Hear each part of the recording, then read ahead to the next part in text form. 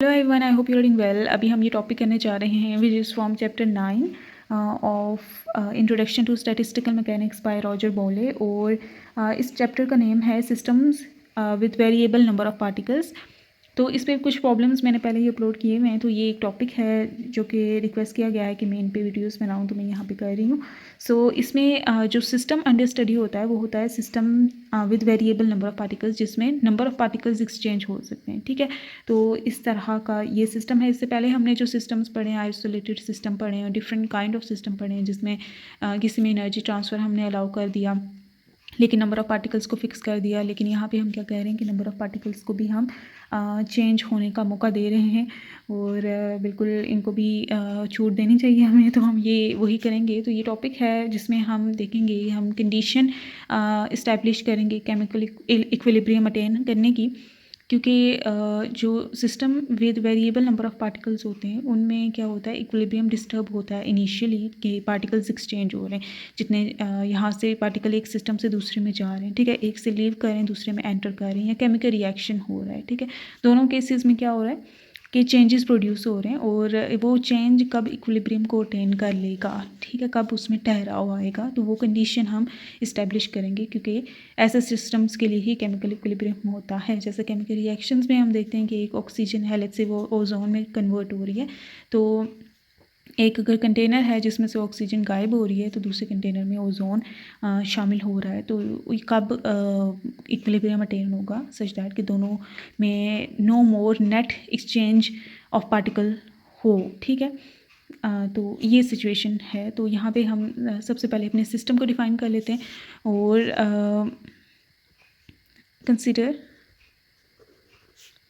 System with variable number of particles.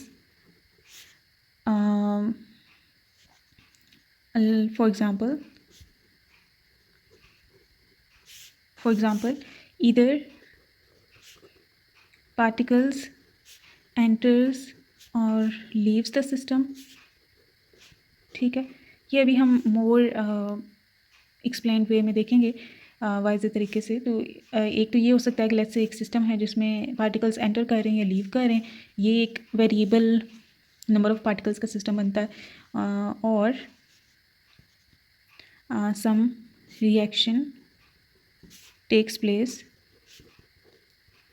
Inside the system.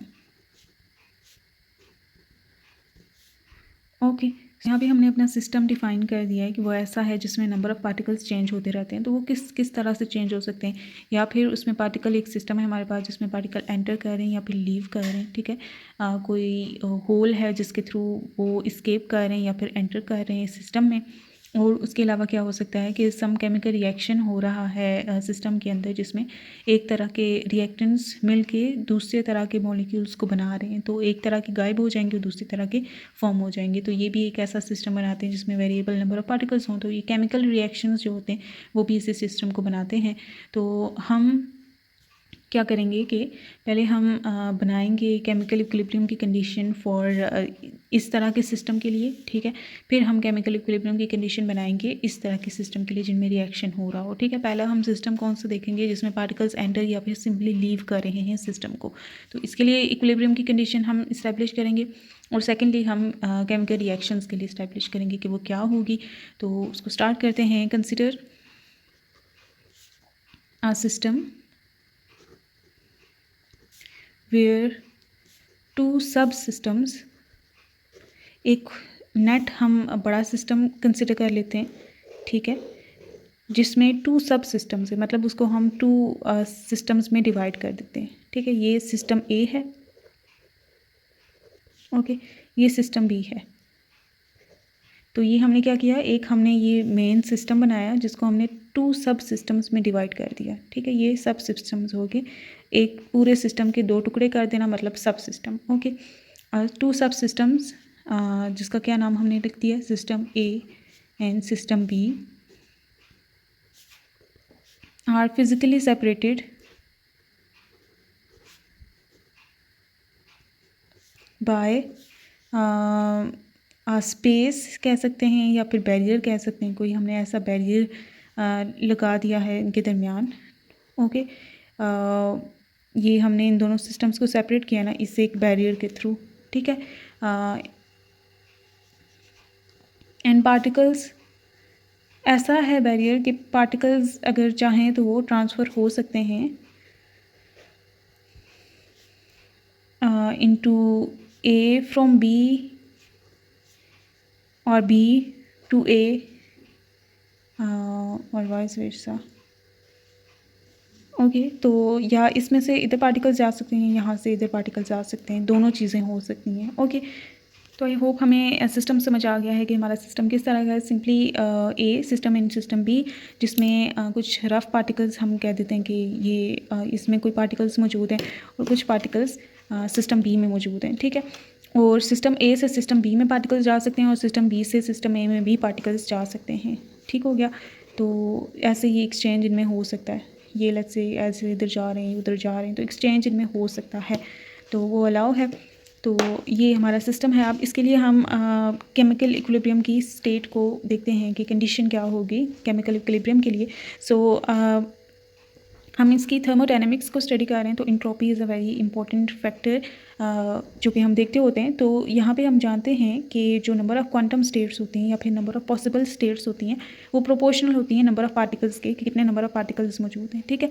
तो यहाँ पे अगर क्वांटम स्टेट्स बोलें या नंबर ऑफ़ अरेंजमेंट्स बोलें इन पार्टिकल्स की, तो वो हमें पता है कि वो नंबर ऑफ़ एटम्स या फिर नंबर ऑफ़ पार्टिकल्स जो मौजूद हैं उसके प्रोपोर्शनल होते हैं। कि यहाँ पे अगर एक रूम में दो कंटेनर्स हैं, ठीक है, और एक पार्टिकल को इनमें अरेंज करने की नंबर ऑफ़ वेज कितने होंगे। लेट्स से दो नंबर ऑफ़ वेज हैं, एक यहाँ पे ही हो सकता है या फिर यहाँ पे हो सकता है। अब दो पार्टिकल्स हैं तो दो पार्टिकल्स के नंबर ऑफ़ वेज अरेंजमेंट के ज़्यादा हो जाते हैं। ये दो पार्टिकल्स या इधर हों या दोनों इधर हों या एक इधर या दूसरा इधर या दूसरा इधर एक इधर, तो वेज चेंज होगी, इंक्रीज़ होगी, ठीक है। नंबर ऑफ़ स्टेट्स जो हैं इनकी वो इंक्रीज़ होगी जैसे ही नंबर ऑफ़ पार्टिकल इंक्रीज़ हुए। तो इस तरह से जब नंबर ऑफ़ पार्टिकल्स और बढ़ते जाएंगे तो और नंबर ऑफ़ स्टेट्स बढ़ती जाएंगी। नंबर ऑफ़ स्टेट्स जिन जिन वेज में ये यहाँ पे अरेंज किए जा सकते हैं, या फिर अगर क्वांटम वर्ड्स में बोलें कि कितने नंबर क्वांटम स्टेट्स वो रख सकते हैं, तो वो फिर क्वांटम स्टेट्स जो हैं number of quantum states these are proportional to number of particles present. So we know that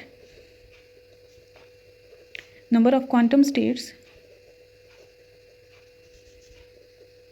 जिन्हें हम W से रिप्रेजेंट करते होते हैं are depending upon the number of particles या एटम्स कह सकते हैं आप in each system,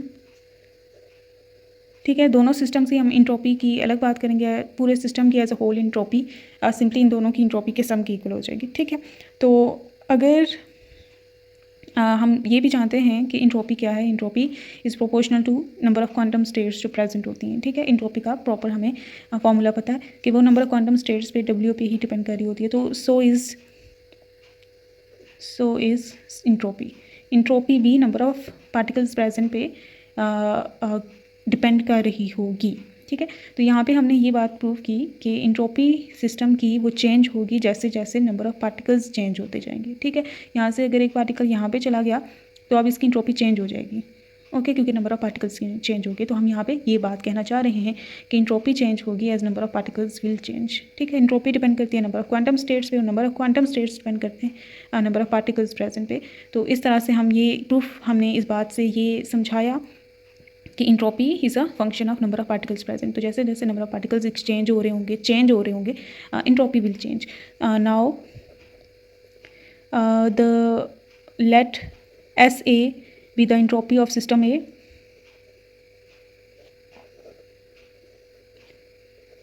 and SB be the entropy of system B and S be the entropy of the whole system। ये पूरा जो सिस्टम है ना उसकी तो टोटल इंट्रोपी इक्वल हो जाएगी इन दोनों की इंट्रोपीज़ के सम के, ओके।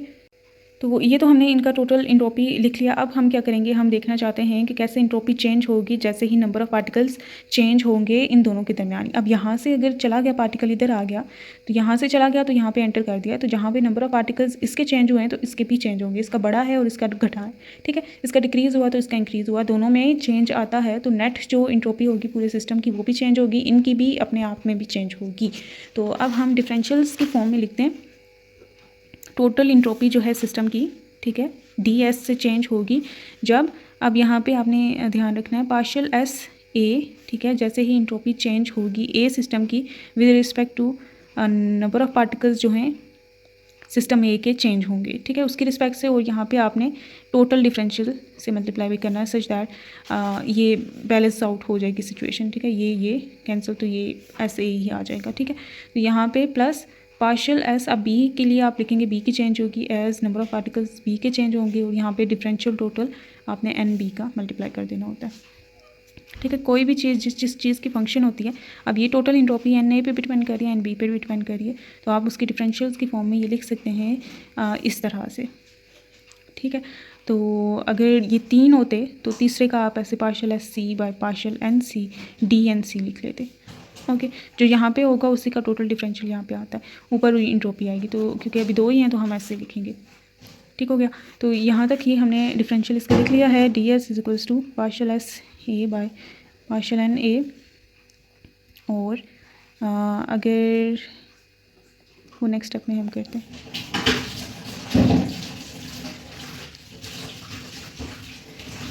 नेक्स्ट स्टेप में अब हम इसे जो है ना केमिकल पोटेंशियल की फॉर्म में लिखना चाह रहे हैं। अब केमिकल पोटेंशियल का जो फॉर्मूला होता है ना वो ऐसा होता है, mu is equals to minus T partial S by partial N, ठीक है। इज दैट इंटरनल एनर्जी और वॉल्यूम कांस्टेंट हो, मतलब टेम्परेचर और वॉल्यूम कांस्टेंट रखा जाए ऐसे प्रोसेसेस में।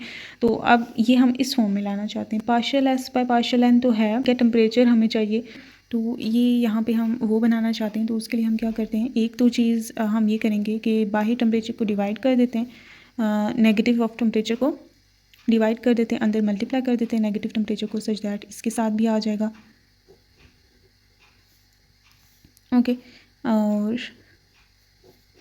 इसके साथ भी आ जाएगा, ठीक है।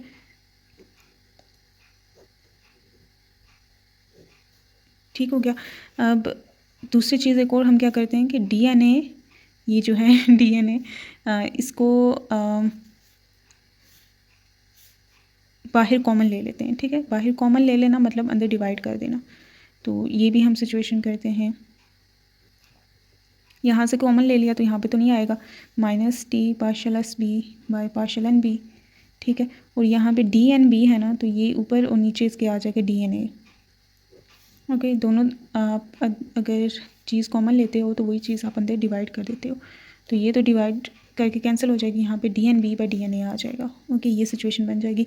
अब ये क्या होगा हमारे पास, वो हम देखेंगे, वो हमने क्यों किया, एक फॉर्मूला हम लगाएंगे, पुटिंग करेंगे, तो ये minus T partial S P by partial N B, और ये D N B by D N A, ये सिचुएशन आ चुकी है, ठीक है।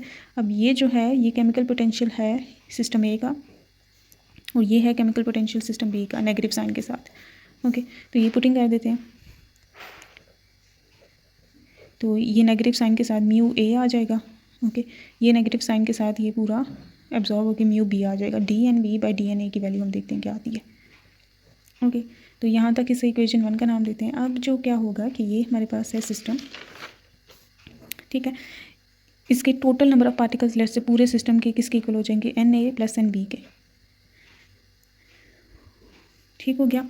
अब यहाँ पे लगता है कंजर्वेशन लॉ कि यहाँ से अगर सिस्टम ए से पार्टिकल चला जाता है सिस्टम बी में, ठीक है, इसका एक इंक्रीज़ हो गया, इसका एक डिक्रीज़ हो गया, लेकिन ओवरऑल सिस्टम का तो नंबर ऑफ पार्टिकल्स तो सेम ही रहेंगे, पूरे सिस्टम से तो नहीं गए, वो आपस में एक्सचेंज हो गए, ओके। तो ये जो कैपिटल एन है वो कांस्टेंट रहेगा, बेशक एन ए और एन बी चेंज हो जाएं, ठीक हो गया। ये ऐसा ही है कि जैसे घर की बात घर में ही रहेगी कि इधर 2 सूट थे, इधर 1 सूट था, टोटल सूट 3 होंगे, इसने 1 सूट इधर दे दिया, इधर 2 हो गए, इधर 1 हो गया, फिर भी टोटल 2 + 1 3 ही रहेंगे ना, आपस में ही बेशक जितना ही एक्सचेंज कर लें टोटल तो सेम ही रहेगा, ठीक है, दोनों का सम। तो यहाँ पे कैपिटल एन इज सेम, तो यहाँ पे दोनों तरफ अगर आप डिफरेंशियल ले लें तो ये डिफरेंशियल ये वाला 0 होगा क्योंकि एन कॉन्स्टेंट है कैपिटल एन, तो ये D N A plus D N B, तो डी एन ए को हम ले जाते हैं, डी एन बी को हम उधर ले जाते हैं, तो नेगेटिव डी एन बी आ जाएगा equals to D N A को इधर डिवाइड कर देंगे, तो ये आ जाएगा डी एन ए, इधर बच जाएगा 1, नेगेटिव उधर ले जाते हैं तो ये नेगेटिव इधर आ गया, तो D N B divide by D N A is equals to negative of 1, ठीक हो गया। तो ये D N B by D N A की वैल्यू -1 आ चुकी है, जो कि हम वहाँ पे पुट करते हैं। यहाँ पे अब हम -1 पुट करेंगे तो ये minus DNA by T mu A minus mu B बन जाएगा। ठीक है, जब इसकी आप वैल्यू को पुट करेंगे, ये कंजर्वेशन लॉ के अंडर ये सिचुएशन बनती है। ओके, कि ये जैसे मैंने आपको एक्सप्लेन किया, तो ये mu A minus mu B बन चुका है। अब इंट्रोपी का ये हमें डिफरेंशियल मिल चुका है। अब हम इस पर अप्लाई करते हैं कि वो सिचुएशन कि equilibrium is attend. Now equilibrium is attend when entropy is maximum. Okay, और एंट्रोपी मैक्सिमम तब होगी जब उसका डिफरेंशियल 0 होगा with respect to number of particles. ठीक है, तो ये वाला DNA हम इस साइड पे ले जाते हैं, तो ये DS/DNA should be equals to 0। Okay, तो ये सिचुएशन यहाँ पे बन जाएगी। और ठहरें, इसको यहाँ पे ये हमारे पास है DS is equals to minus DNA by T mu A minus mu B. ठीक है, इसको इधर डिवाइड कर दें तो ये आपके पास सिचुएशन बन चुकी है कुछ इस तरह से। Okay, entropy is maximum at equilibrium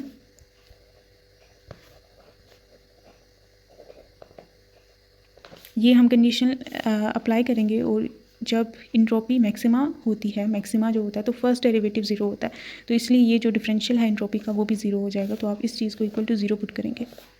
okay, तो ये वाली चीज़ भी इटसेल्फ मतलब 0 के इक्वल, क्योंकि एंट्रोपी का डिफरेंशियल इसके इक्वल है, तो अगर ये 0 के इक्वल है तो ये भी 0 के इक्वल। तो ये 1/T आप लिखेंगे mu A minus mu B equals to 0। T उधर जाके मल्टीप्लाई होकर 0 ही बन जाएगा और म्यू ए आपके पास म्यू बी के इक्वल आ जाएगा। तो ये आपके पास कंडीशन आ चुकी है for chemical equilibrium.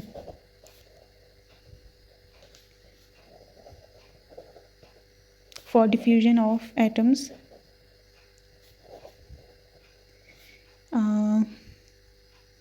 Between two subsystems. Diffusion या फिर आप ट्रांसफ़र लिख सकते हैं। ओके, जैसा कि हमने अभी वो सिस्टम देखा, तो उसके लिए हमने इक्विलिब्रियम की कंडीशन देख ली है कि दोनों का पोटेंशियल जब इक्वल हो जाएगा, केमिकल पोटेंशियल जब दोनों सिस्टम का इक्वल हो जाएगा, सिस्टम ए और सिस्टम बी का, तब केमिकल इक्विलिब्रियम अटेन हो जाएगी। ये कंडीशन हमने सारी ये मैथमेटिक्स को यूज़ करते हुए डिराइव की है। अब हमें केमिकल रिएक्शन के लिए यही कंडीशन को डिराइव करते हैं। तो केमिकल रिएक्शन के लिए क्या होगा कि let we have system of reactants C and D. Let's say ये हमारे पास reactant हैं and they combine to form reacts to form a product जिसे हम नाम दे देते हैं CD का। ठीक हो गया, ये हमारे पास केमिकल रिएक्शन की अब एग्जांपल है। पहले हमने एक सिस्टम को देख लिया है, दूसरा केमिकल रिएक्शन वाले सिस्टम के लिए अब हम इक्विलिब्रियम की केमिकल इक्विलिब्रियम की कंडीशन को डिराइव करने जा रहे हैं। तो this is a system number 2, मतलब केस नंबर 2। तो इसमें लेट्स से ये C पार्टिकल्स हैं, एक ही कंटेनर में मौजूद हैं, और ये D पार्टिकल्स हैं। ठीक है, और CD क्या हो जाएगा, इन दोनों का मॉलिक्यूल ऐसे जो एक दूसरे के साथ ऐसे जुड़ा हुआ होगा, तो ये हमने CD मॉलिक्यूल बना दिया। ठीक हो गया, ब्लैक वाले D पार्टिकल्स हैं, रेड वाले छोटे छोटे जो केले हैं वो C पार्टिकल्स हैं, और CD क्या है, प्रोडक्ट है जो कि इन दोनों के केमिकल रिएक्शन से हो गया है। तो ये एक न्यू टाइप ऑफ पार्टिकल बन चुका है ना। तो ये हमारे पास है, let's say NC number of particles हैं C के, ND भी the number of particles of D particles, and NCD भी number of particles of CD product. ठीक हो गया, अब इसकी हम टोटल एंट्रोपी लिखते हैं।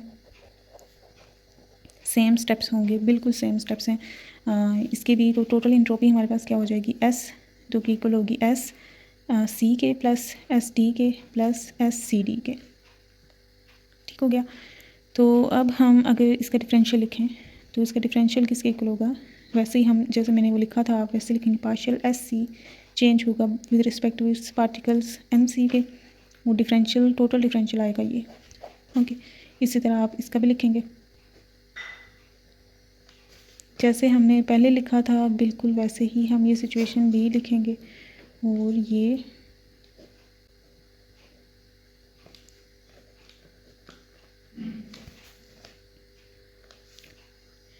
ठीक हो गया। अब नेक्स्ट ऑन हम नंबर ऑफ़ पार्टिकल्स की बात करते हैं कि व्हेन सबसे पहले इसको डिस्कस कर लेते हैं कि जब C और D मिलके CD को बनाएंगे, ठीक है, लेट्स से एक पार्टिकल C का मिल और एक पार्टिकल D का मिला के एक पार्टिकल ऑफ CD बनाएगा, ठीक है। तो जितना C चेंज हुआ, ठीक है, जितना C कम होगा उतना एक CD बढ़ जाएगा, ठीक है, ये कम होगा और ये बढ़ जाएगा। इसी तरह ये कम होगा उतना ही ये बढ़ जाएगा। ओके, अगर इनके 2C+1D है और 1CD है, सिमिलर सिचुएशन में होकर, ठीक है, करस्पॉन्डिंगली ये एक जो फैक्टर है ये आगे हम ऐड कर देते होते हैं जनरलाइज करने के बाद। लेकिन हम अभी अगर सिंपल केस करें तो जितने रिएक्टेंट्स गायब होते जाएंगे उतने ही प्रोडक्ट्स आते जाएंगे, such that we can write for both of them separately कि जितना D एंड C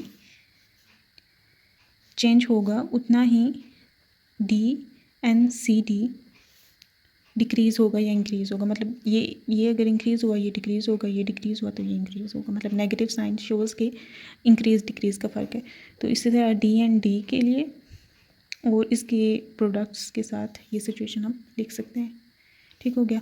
जिसको अगर हम वही फ्रैक्शन के फॉर्म में लिखें, ये D एंड CD इधर ले आए तो that will be equals to -1 और ये D and D divided by D and CD that will be equals to -1 again, ठीक हो गया। और केमिकल पोटेंशियल का फॉर्मूला तो हमें पता ही है कि वो ये होता है, ठीक है।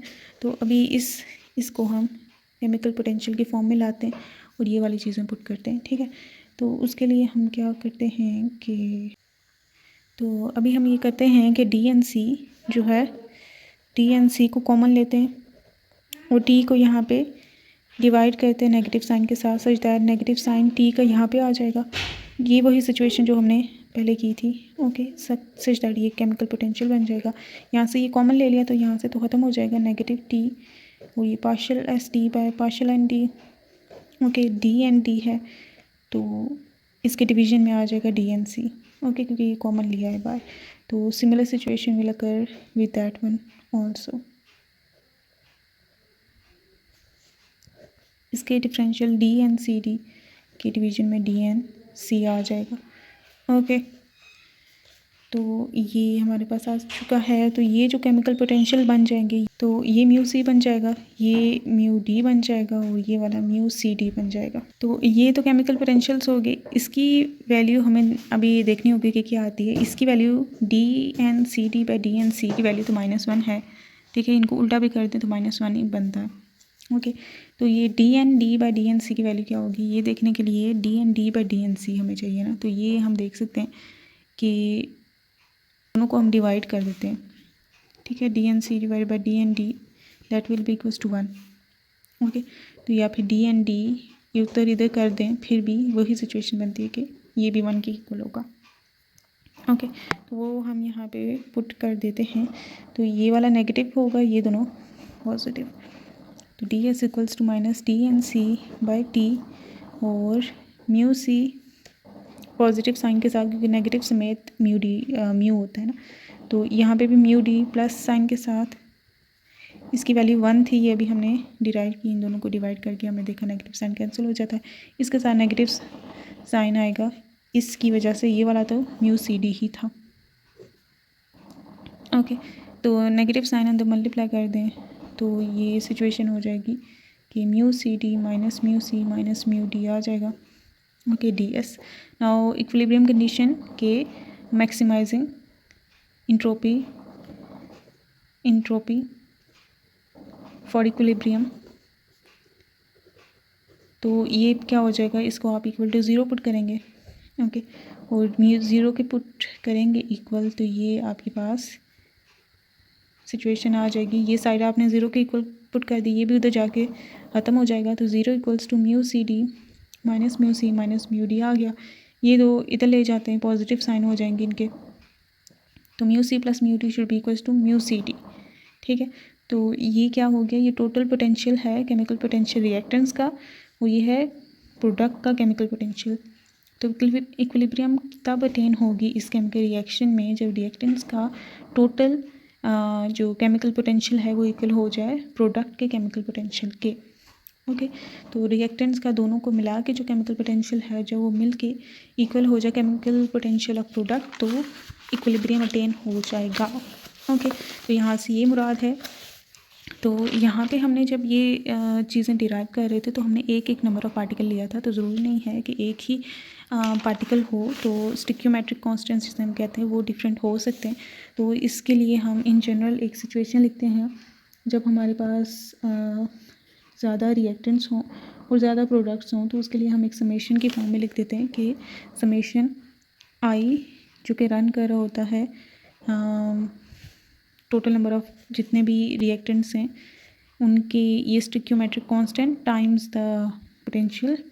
ठीक है, ये रिएक्टेंट्स का जितने भी रिएक्टेंट्स उनके सम के इक्वल हो जाएगा। That is equals to total जो चीज़ हम प्रोडक्ट्स के लिए लिखेंगे तो इसको सेपरेट करने के लिए लेट्स से ये मैं जे का वर्ड यूज़ कर लेती हूँ कि प्रोडक्ट्स का डिफरेंट है, तो ये प्रोडक्ट्स का। ओके, इस पे एक प्रॉब्लम भी हमने अपलोड की हुई है, 9.1 है वो प्रॉब्लम, इसी चीज़ के रिलेटेड है जिसमें हमने इक्विलिब्रियम कंडीशन को एक केमिकल रिएक्शन के लिए लिखा था। तो ये ही सिचुएशन होती है। तो क्योंकि जैसे केमिकल रिएक्शन हो गया H2 + O2 = H2O, ठीक है, इसको अगर आप बैलेंस करें तो ये सिचुएशन बनती है। तो अब इसका अगर हम इक्विलिब्रियम कंडीशन लिखना चाहेंगे तो क्या होगा, 2 ये वाला कांस्टेंट ये है V। Okay, this is actually V। तो ज़रूरी नहीं है कि एक ही पार्टिकल मिलके एक ही पार्टिकल के साथ एक ही पार्टिकल ऑफ प्रोडक्ट प्रोड्यूस करे। ठीक है, 2 पार्टिकल्स हाइड्रोजन के 1 पार्टिकल ऑफ ऑक्सीजन दोनों मिलके 2 पार्टिकल ऑफ वाटर बनाते हैं, तो क्वांटिटी सेम हो दैट इज़ नॉट नेसेसरी। तो यहाँ पे हमने ये एक सिंपल केस लिया जिसके लिए हमने पहले डिराइव किया ताकि ज़्यादा कॉम्प्लेक्सिटी ना आए। नेक्स्ट ऑन हमने इसे जनरलाइज कर दिया for any number of reactants, for any number of products और for any stoichiometric constant. So here Vi and Vj are stoichiometric constants या इन्हें कोफिशिएंट्स भी कह सकते हैं, which ensures that the reaction obeys conservation laws। ठीक है, तो बैलेंस केमिकल इक्वेशन को सेट करने के लिए, बनाने के लिए आपको जो कांस्टेंट्स डालने होते हैं उन्हें हम स्टिक्योमेट्रिक कांस्टेंट्स कहते हैं, और वो भी इक्विलिब्रियम कंडीशन में इन्वॉल्व होते हैं। जैसे आप ये लिखेंगे इसकी इक्विलिब्रियम कंडीशन, ये कांस्टेंट्स साथ में मल्टीप्लाई हो रहे होते हैं। ठीक हो गया, तो ये इस तरह से हमने ये टॉपिक कंप्लीट कर लिया। हमने कंडीशन डेवलप कर ली केमिकल इक्विलिब्रियम के लिए, एक सिंपल रिएक्शन के लिए, ठीक है, केमिकल रिएक्शंस के लिए, और सिंपल सिस्टम्स के दरमियान के एक्सचेंज के लिए भी। ठीक है, तो हमने देखा कि अगर सिस्टम्स के दरमियान पार्टिकल्स एक्सचेंज हो रहे हैं, अगर उन दोनों के केमिकल पोटेंशियल इक्वल हो जाते हैं तो केमिकल इक्विलिब्रियम अटेन हो जाएगा। उसके अलावा अगर केमिकल रिएक्शन है तो केमिकल रिएक्शन में अगर रिएक्टेंट्स का जो केमिकल पोटेंशियल है टोटल वो इक्वल हो जाए प्रोडक्ट के टोटल केमिकल पोटेंशियल के, तो केमिकल इक्विलिब्रियम अटेन हो जाएगा। आई होप आपको समझ आया है, और लाइक करें, शेयर करें, सब्सक्राइब करें। Thank you.